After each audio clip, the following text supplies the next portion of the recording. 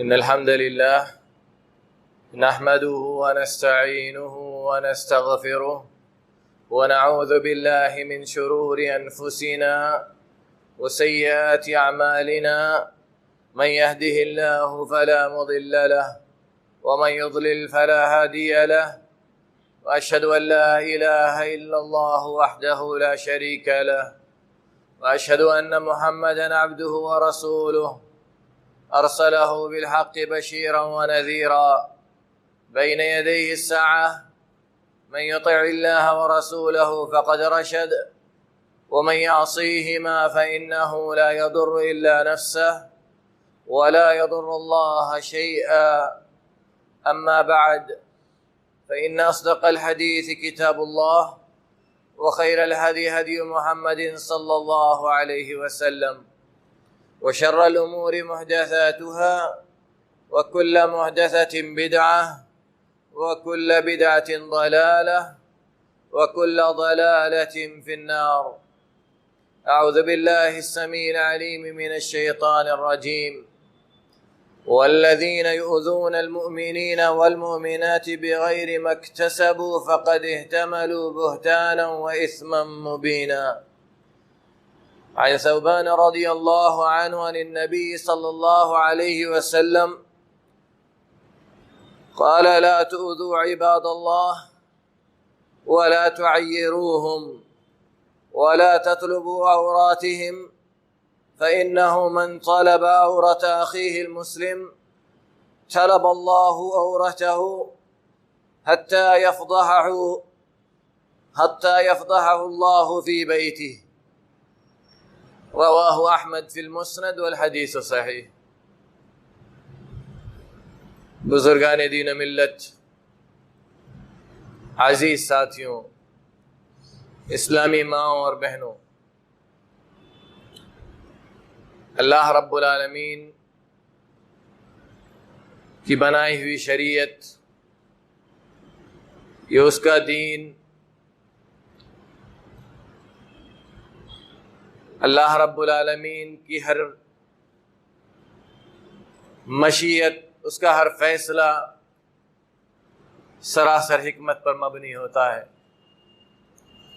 اللہ رب العالمین نے ہر ایک انسان کے حق کو باقی رکھنے کے لیے صحیح معنوں میں اس کا انتظام کیا۔ کسی انسان کے حق کو پامال نہ کیا جائے، کوئی انسان کسی انسان سے اپنے آپ کو افضل نہ سمجھ سکے۔ اللہ رب العالمین نے اس کا بھرپور انتظام کیا۔ اللہ رب العالمین نے ہر انسان کو اس کے مقام و مرتبہ کے مطابق عزت بھی عطا کی۔ اس لیے اللہ رب العالمین نے اپنے نبی محمد صلی اللہ علیہ وسلم کے ذریعے ہر ایک انسان کو اس کو دی جانے والی عزت متعین کر دی، سوائے ایک جماعت جن کی عزت اللہ رب العالمین نے خود متعین کی ہے، اور وہ ہے علماء اور طلاب علم کا مقام۔ علماء دین اور طلاب دین کا مقام، اس کو اللہ رب العالمین نے خود متعین کی ہے۔ اس میں اللہ رب العالمین نے کسی انسان کو دخل اندازی کا حق عطا نہیں کیا۔ اللہ رب العالمین نے یہ حق خود اپنے ہاتھوں میں رکھا، اپنے پاس رکھا۔ اس میں کسی کو شریک ہونے کا کوئی حق نہیں دیا، لیکن بطور انسان ہر انسان کو اللہ رب العالمین نے برابر بنایا۔ اسی لیے علماء نے جب قاعدہ مرتب کیا تو قاعدہ بنایا کہ جب ایک عالم کی طرف ہم دیکھیں تو دیکھیں کس نظر سے وہ عالم ہے، قبل اس کے کہ وہ فلاں بن فلاں ہے۔ ہم جب دیکھیں ایک عالم کی طرف تو وہ عالم ہے قبل اس کے کہ وہ فلاں ابن فلاں ہے، اور جب خود کی طرف دیکھے وہ عالم تو یہ دیکھے کہ وہ فلاں ابن فلاں ہے قبل اس کے کہ وہ عالم.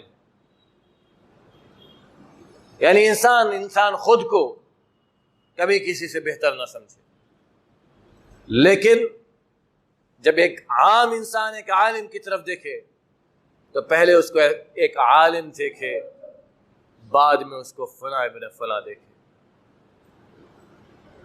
لیکن اپنے جیسے ایک انسان کو دیکھے تو یہ دیکھے کہ میں فلاں ابن فلاں ہوں، وہ اللہ کا بندہ ہے. میں گنہگار ہوں، وہ نیکوکار ہے.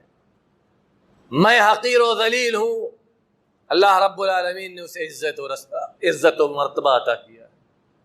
یہ نہ سوچے کہ میں عالم ہوں، میں امام ہوں، میں فلاں ہوں، میں فلاں ہوں، اور وہ تو بیچارہ گیا گزرا کوئی نہ جانے کون. یہ اللہ کے نبی صلی اللہ علیہ وسلم کی ہدایت کے ذریعے علماء نے جو قواعد مرتب کیا ہے ایک انسان اور دوسرے انسان کے ساتھ تعامل کا، کہ سامنے والے کو جب دیکھنا ہے تو کس نظر سے دیکھنا ہے، اپنے آپ کو اس سے حقیر سمجھ کر. کیوں؟ نبی کریم صلی اللہ علیہ وسلم کی حدیث ہے، ابو ہریرہ رضی اللہ تعالیٰ عنہ راوی ہیں، کہتے ہیں بحسب امرئ من الشر ان يحقر اخاہ المسلم. ایک انسان کے لیے، ایک انسان کے برا ہونے کے لیے کافی ہے، ایک انسان کے برا ہونے کے لیے کافی ہے کہ وہ اپنے بھائی کو اپنے سے حقیر سمجھے، اپنے مسلمان بھائی کو اپنے سے حقیر سمجھے. بحسب امرئ من الشر ان يحقر اخاہ المسلم. ایک مسلمان کے برا ہونے کے لیے کافی ہے، ایک انسان کے برا ہونے کے لیے کافی ہے کہ وہ اپنے مسلمان بھائی کو اپنے سے حقیر جانے. کیونکہ اللہ رب العالمین نے ہر مسلمان کو، کل المسلم علی المسلم حرام، ہر مسلمان کے خون کو، اس کے مال کو، اس کے عزت کو دوسرے پر حرام قرار دیا. کسی کے لیے جائز نہیں ہے کہ وہ کسی مسلمان کے خون کو ناحق بہائے، نہ اس کے لیے یہ جائز ہے کہ اس کے مال کو ناحق ہڑپ کرے، نہ اس کے لیے یہ جائز ہے کہ اس کی بے عزتی کرے، اس کی عزت مٹا کر ڈالے. یہ کسی کے لیے جائز نہیں. کل المسلم علی المسلم حرام مالہ ودمہ وعرضہ. ہر مسلمان پر ایک دوسرے مسلمان. اس اور سب سے بڑی چیز جو اسلام نے ہمیں دی ہے وہ ہے لا فضل لعربی علی عجمی ولا لعجمی علی عربی ولا لاحمر علی اسود ولا لاسود علی احمر الا بالتقوی. کسی عربی کو اللہ رب العالمین نے کسی عجمی پر کوئی فضیلت عطا نہیں کی، کسی عجمی کو کسی عربی پر کوئی فضیلت عطا نہیں کی، کسی گورے کو کسی کالے پر کوئی فضیلت نہیں، کسی کالے کو کسی گورے پر کوئی فضیلت نہیں، الا بالتقوی. فضیلت ہے تو تقوی کی بنیاد پر ہے. تقوی کون متعین کرے گا؟ تقوی متعین کرنے والی ذات صرف اللہ رب العالمین کی. ہم اور آپ اپنا تقوی متعین نہیں کر سکتے. مسلمان ہم یہ نہیں کر سکتے کہ ہم متقی ہیں، فلاں متقی نہیں ہے اس لیے کہ ہمارا پیجامہ اونچا ہے، داڑھی لمبی ہے، اس لیے نہیں ہو سکتا. اس لیے یہ نہیں ہو سکتا کہ ہم متقی ہیں فلاں غیر متقی ہے. ہم نمازی ہیں تو فلاں نے نماز نہیں پڑھی تو ہم اس سے اچھے ہیں، کبھی نہیں. عبداللہ بن عمر رضی اللہ تعالیٰ عنہ کہتے تھے کہ مجھے اگر یہ پتہ چل جائے کہ اللہ رب العالمین نے میرا ایک سجدہ قبول کر لیا ہے تو میں یہ سمجھ لوں کہ میرے لیے دنیا و آخرت، دنیا و ما فیہا سب سے بہتر ہے. ایک سجدہ. وہ عبداللہ بن عمر جن کے بارے میں کہا جاتا ہے کوئی سنت ایسی نہیں نبی کریم صلی اللہ علیہ وسلم کی جس پر انہوں نے عمل نہ کیا ہو. وہ عبداللہ بن عمر. کوئی عادت نبی صلی اللہ علیہ وسلم کی ایسی نہیں جو عبداللہ بن عمر رضی اللہ تعالیٰ عنہ کے اندر نہ رہی ہو. لیکن عبداللہ بن عمر رضی اللہ تعالیٰ عنہ کہہ رہے ہیں کہ اللہ رب العالمین اگر میرا ایک سجدہ قبول کر لے. اور عمر بن الخطاب جو ان کے والد ہیں کہتے ہیں اپنی موت کے وقت جب نیزہ لگتا ہے، خون بہنا شروع ہو جاتا ہے اور دوا زخم کے راستے باہر آ جاتی ہے، رونا شروع ہو جاتے ہیں، کہتے ہیں کہ اللہ تو مجھے برابر سرابر معاف کر دے، یہ میرے لیے بہت ہے. مجھے برابر سرابر معاف کر دے، میرے لیے بہت ہے. مجھے فضل عطا نہ کر، فضل عطا کرے اللہ رب العالمین ایسا نہ کرے، برابر صرف معاف کر دے، مجھے عذاب میں نہ ڈالے، یہ میرے لیے بہت ہے، یہ میرے لیے بہت ہے۔ وہ عمر بن الخطاب، جس عمر بن الخطاب کے بارے میں نبی کریم صلی اللہ علیہ وسلم نے لقب کیا دیا ہے، فاروق، فارق بین الحق والباطل، حق و باطل کے درمیان فرق کرنے والا، جس کے آنے کے بعد شیطان اس راستے پر نہیں آتا۔ وہ فاروق اعظم کہتا ہے اپنے رب سے کہ اللہ تو مجھے برابر معاف کر دے، یہ میرے لیے بہت ہے۔ وہ صدیق اعظم کہتے ہیں اپنے غلام سے کہ کیا تو میرا بوجھ اٹھائے گا قیامت کے دن، کہ آج کہہ رہا ہے کہ آپ کا بوجھ اٹھا لوں۔ وہ صدیق اکبر، جن کو صدیقیت کا لقب اس دنیا کے اندر ملا ہے، سب سے سچا انسان، انبیاء کے بعد اس روئے زمین پر سب سے افضل ترین انسان صدیق اکبر، وہ کہہ رہا ہے کہ تو میرا بوجھ اٹھائے گا قیامت کے دن، میرے گناہوں کا بوجھ تو اٹھائے گا قیامت کے دن آ کر، جو آج مجھ سے کہتا ہے کہ آپ کا بوجھ اٹھا لوں۔ اپنے غلام سے کہا تھا، اپنے نوکر سے کہا تھا، جسے آج ہم نوکر کہتے ہیں، اپنے غلام سے کہا تھا کہ تو میرا بوجھ اٹھائے گا، میرے گناہوں کا بوجھ آ کر قیامت کے دن اٹھائے گا۔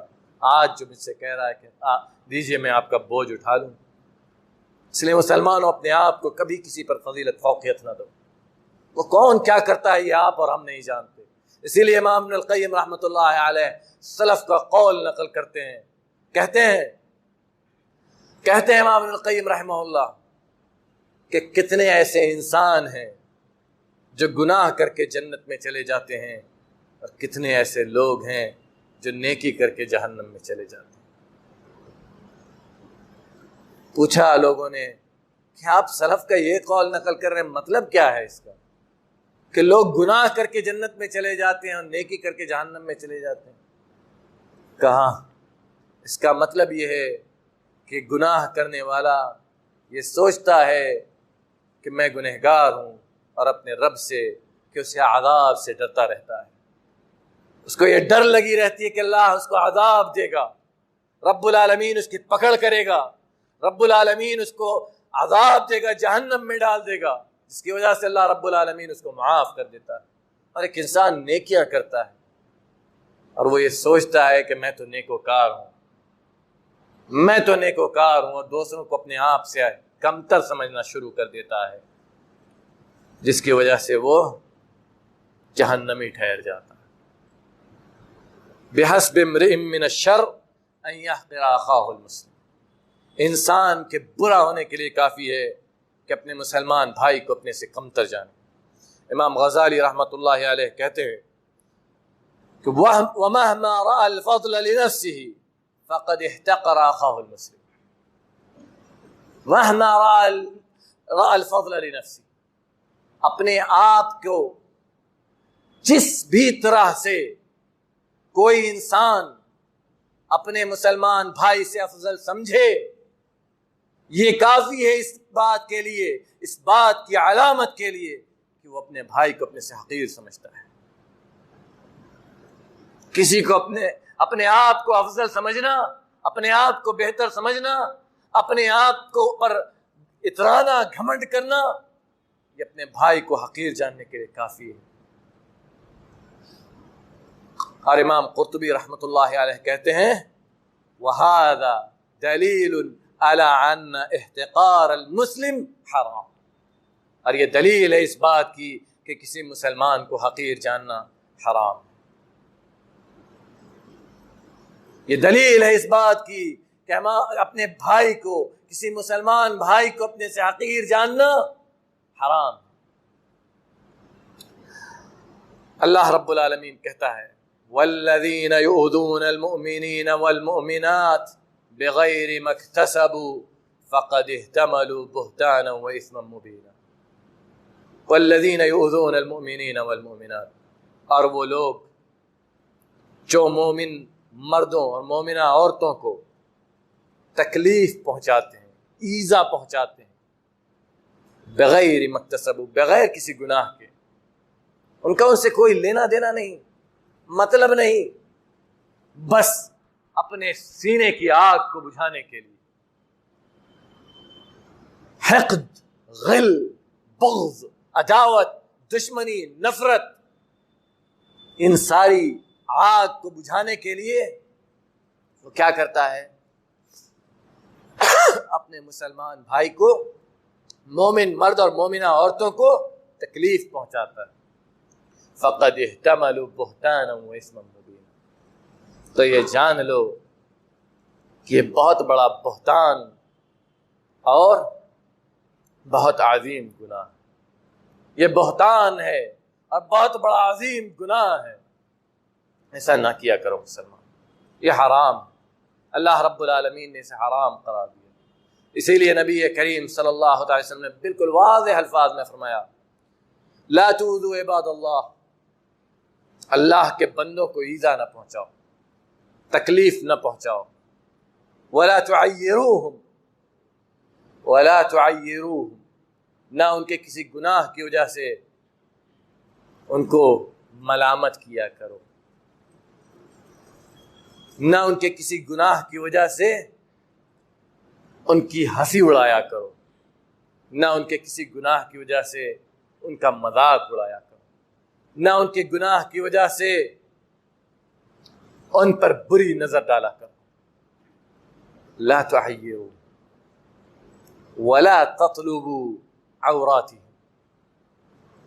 ولا تطلبوا عوراتهم، اور نہ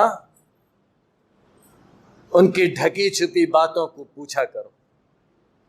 آج ہماری عادت کیا ہے، ہماری مجلس سے کیا ہے؟ وہ فلاں کو ایسا کیوں ہو گیا، فلاں ایسے کیوں ہو گیا، فلاں کا پیسہ کیوں، فلاں کے پاس پیسہ کہاں سے آ گیا، فلاں کا پیسہ کیوں ختم ہو گیا، فلاں جگہ کیوں چلا گیا، فلاں کیوں نہیں گیا، فلاں نے سنت پر عمل کیوں نہیں کیا، فلاں نے سنت پر عمل کیوں کیا. آپ کا اور ہمارا کام کیا ہے؟ صحیح اور غلط کو بتا دینا. کیا کر دینا؟ بتا دینا. صرف یہ کام ہے ہمارا، بتا دینا، نہ یہ کہ اس سے کروانا ہمارا کام نہیں ہے. یہ اس ذات وحدہ لا شریک لہ کا کام، کروانا اس کا کام، کرنے کی توفیق دینے والا وہ ہے. ہمارا کام ہے بتا دینا بس. جو تبلیغ دین کی ذمہ داری لے کر اٹھے اس کا کام صرف بتا دینا. آج مسجدوں میں جب نظر ڈالو مسلمانوں تو مسجدوں کے اندر اتنی مخالفت نظر آتی ہے کہ اللہ معاف کرے. جو لوگ بعد میں آتے ہیں پہلے آنے والوں کو پیچھے، چاہے وہ بچے ہی ہوں. آپ کو حق کس نے دیا پیچھے کرنے کا؟ کس نے حق دیا آپ کو؟ آپ بعد میں آپ کا حق پیچھے ہے. صرف 7 سال سے کم عمر کے بچوں کو پیچھے کرنے کی اجازت ہے، وہ بھی جب جگہ تنگ ہو تب، نہیں تو کنارے کر دیں. بس 7 سال سے کم کے بچے اور 7 سال سے زیادہ کا جو بھی بچہ ہے جسے شریعت نے ممیز کا لفظ استعمال کیا ہے، تمیز والا، اس کو پیچھے کرنے کی اجازت شریعت نے کسی کو نہیں دی ہے، کسی کو بھی نہیں.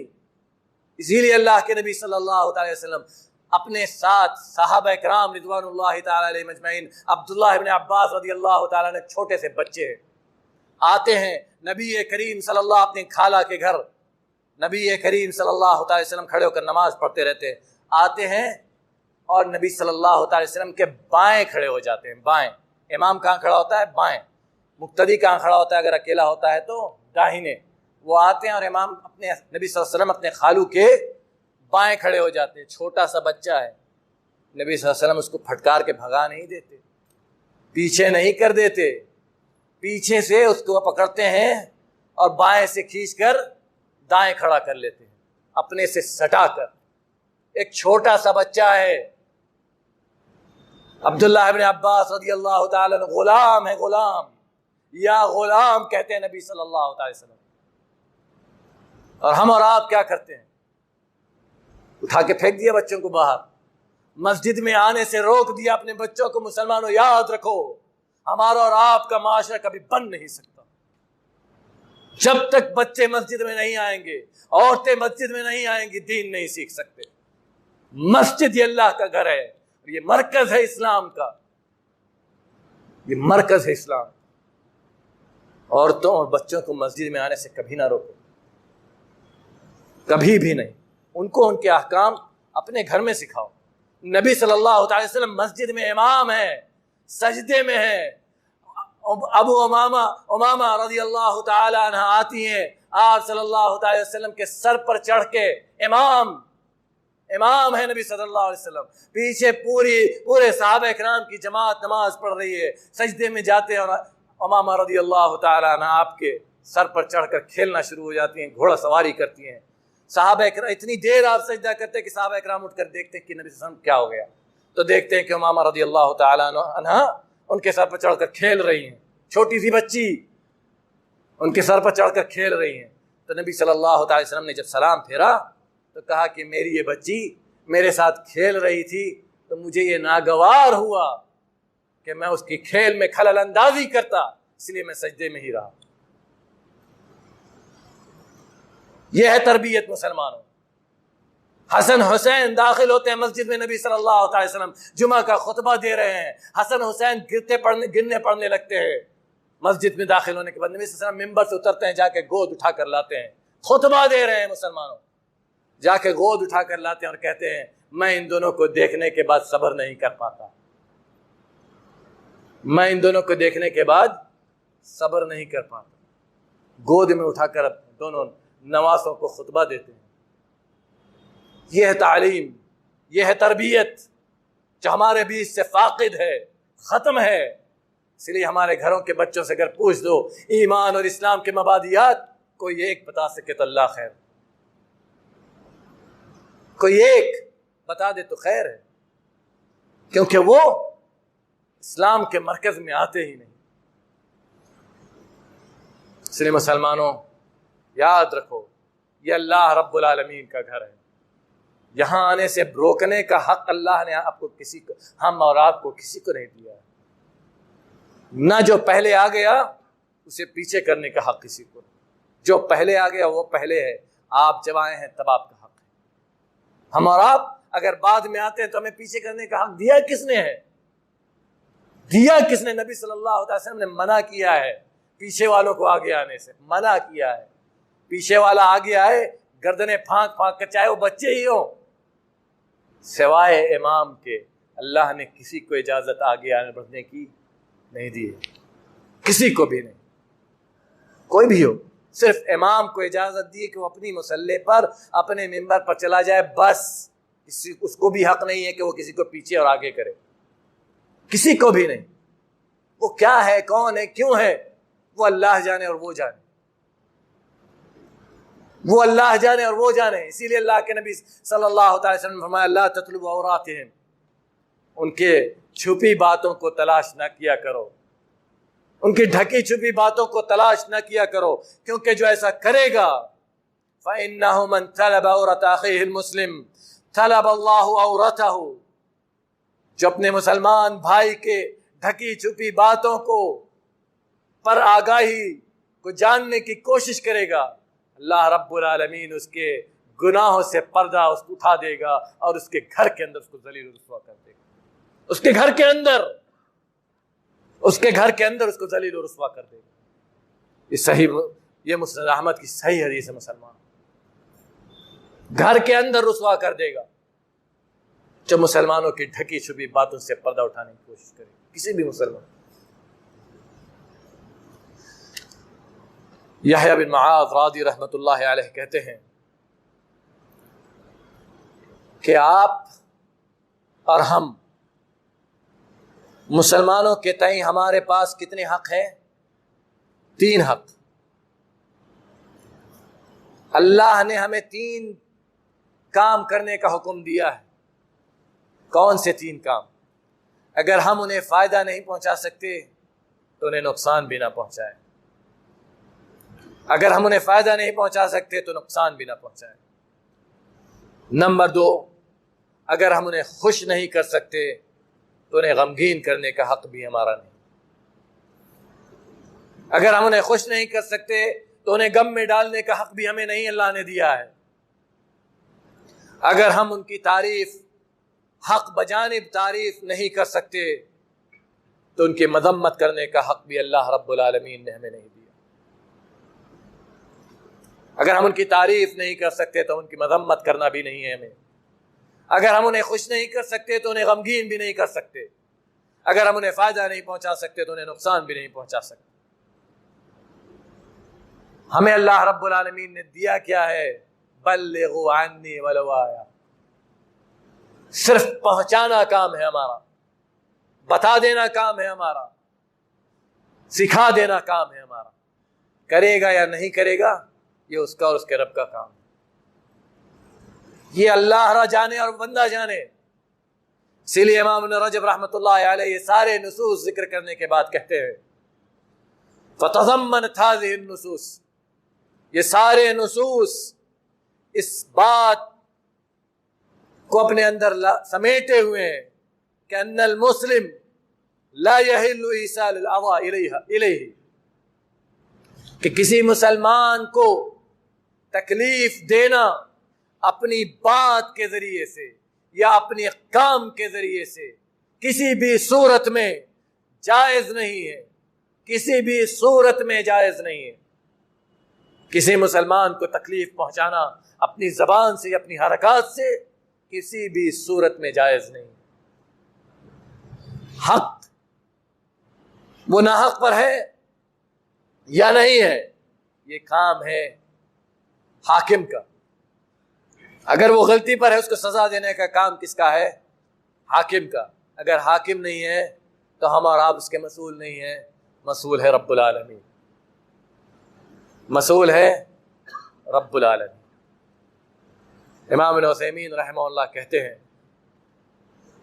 کہ کسی انسان کو، کسی مسلمان کو حقیر جاننا، اس کو تکلیف پہنچانا اتنا بڑا گناہ ہے کہ یہ ہو سکتا ہے کہ تکلیف پہنچانے والا، حقیر جاننے والا کافر بھی ہو جائے،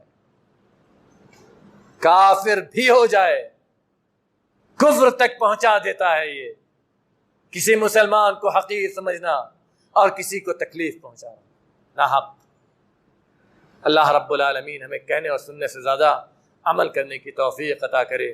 الہ العالمین تو ہم سب کو معاف کر دے، ہم سب کو ملا دے، ایک کر دے، نیک کر دے، متحد و متفق کر دے، شریعت کا پکا سچا پابند بنا دے، اپنے نبی محمد صلی اللہ علیہ وسلم کی سنت پر چلنے والا بنا دے۔ الہ العالمین ہم تیرے بندے ہیں، الہ العالمین مجبور محض ہیں، الہ العالمین تو ہم سب کو غنی کر دے، بے نیاز کر دے، اپنے رحم و کرم سے ڈھانپ لے۔ ہم میں سے جو بیمار ہیں الہ العالمین تو ان کی بیماری سے شفا کامل عاجل عطا فرما دے۔ ہم میں سے جو لوگ بے روزگار ہیں انہیں روزگار والا بنا دے، جو روزگار والے ان کے روزگار میں برکت عطا فرما، حلال رزق عطا فرما، حلال رزق عطا فرما، حرام سے دور رکھ، حرام سے دور رکھ۔ الہ العالمین ہمیشہ اپنے در کا بھکاری بنا کر زندہ رکھ، دوسروں کا محتاج نہ بنا۔ اس دن کے آنے سے پہلے اس دنیا سے اٹھا لے جب دوسروں کی محتاجگی ہو۔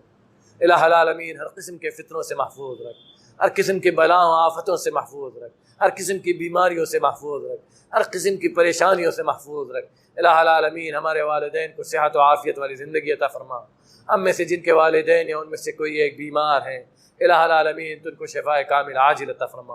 الہ العالمین ہم میں سے جن کے والدین یا ان میں سے کوئی ایک اس دنیا سے جا چکے ہیں الہ العالمین تو ان کی قبروں کو نور سے بھر دے، ان کی قبروں کو تحت نظر وسیع کر دے، ان کی قبروں کو جنت کی کیاری بنا دے۔ الہ العالمین ہم مجبور محض ہیں، الہ العالمین تو اپنے رحم و کرم سے بے نیاز کر دے۔ الہ العالمین تو ہمیں صحیح معنوں پر دین پر چلنے والا بنا دے، دین کا سچا پکا عامل بنا دے، دین پر عمل کرنے والا بنا دے، متبع سنت بنا دے۔ الہ العالمین سنت کو قائم کرنے والا اور بدعت کو مٹانے والا بنا دے۔ الہ العالمین تو ہم سب کو آمن کر دے، محفوظ کر دے، ہماری جان و مال کی حفاظت کر، ہماری مساجد و مدارس کی حفاظت کر، ہماری عبادت گاہوں کی حفاظت کر۔ الہ العالمین ہر قسم کی پریشانی کو ہم سے دور کر دے، ہر قسم کی بیماریوں کو، بلاؤں کو ہم سے دور کر دے۔ جب تک اس دار فانی میں زندہ رکھ، اسلام پر عقیدہ توحید کے ساتھ زندہ رکھ، جب ہمارا خاتمہ ہو تو خاتمہ بخیر ہو۔ وصلی اللہ علی نبینا محمد وعلی آلہ وصحبہ وسلم۔